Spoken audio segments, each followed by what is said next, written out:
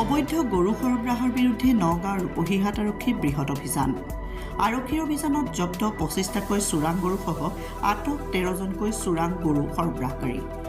নগাঁও ৰূপহীহাট আৰক্ষী থানাৰ ভাৰপ্ৰাপ্ত আৰক্ষী বিষয়া সুৰুজ দত্তৰ নেতৃত্বত চলা এক গোপন অভিযানত জব্দ নীতিবৰ্হিভূতভাৱে সৰবৰাহ কৰা 4খনকৈ গৰুভৰ্তি বাহন। অনুমতিবিহীন গৰু সৰবৰাহৰ সৈতে জড়িত আটকাধীন লোককেইজন ক্ৰমে হবিবুৰ ৰহমান, সুবান আলী, ছাকিৰ হুছেইন, ইছব আলী, মুবাৰক আলী, মুছলিম উদ্দিন, গুলজাৰ হুছেইন, নেকিবুৰ ৰহমান, ইকবাল হুছেইন, বিল্লাল হুছেইন, মুবাৰক আলী, নুৰ মহম্মদ আৰু ইব্ৰাহিম আলী।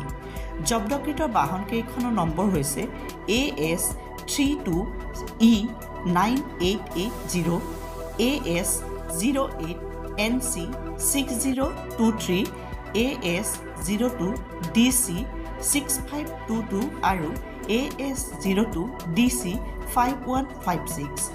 জব্দকৃত চোৰাং গৰুকেইটা আৰক্ষীয়ে গোশালালৈ প্ৰেৰণ কৰাৰ লগতে 13জনকৈ সৰবৰাহকাৰীক প্ৰেৰণ কৰে ন্যায়িক জিম্মালৈ।